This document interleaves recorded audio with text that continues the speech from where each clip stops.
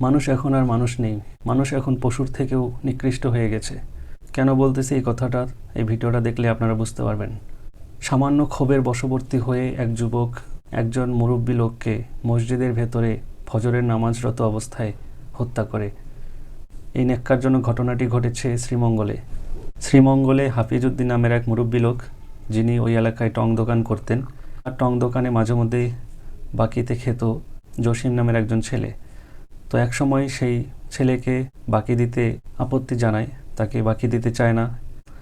আর এটা নিয়েই সেই মুরব্বির সঙ্গে জসিমের বাগবিতণ্ডা হয়, আর তার মনে ক্ষোভ জন্ম নিতে থাকে। ফজরের সময় যখন হাফিজউদ্দিন মসজিদে নামাজরত অবস্থায় মসজিদের ভেতরে ঢুকে জসিম তাকে কলম দিয়ে আঘাত করতে থাকে। এ সময় হাফিজউদ্দিন চিৎকার করে, আর তার চিৎকার শোনার পরে এলাকাবাসী সেখানে আসে এবং জসিমকে ধরে ফেলে। জসিমকে আটক করে রেখে তারা শ্রীমঙ্গল থানায় ফোন করে পুলিশকে ডাকে। এরপর পুলিশ এসে সেই নরপিশাচকে গ্রেফতার করে নিয়ে যায়।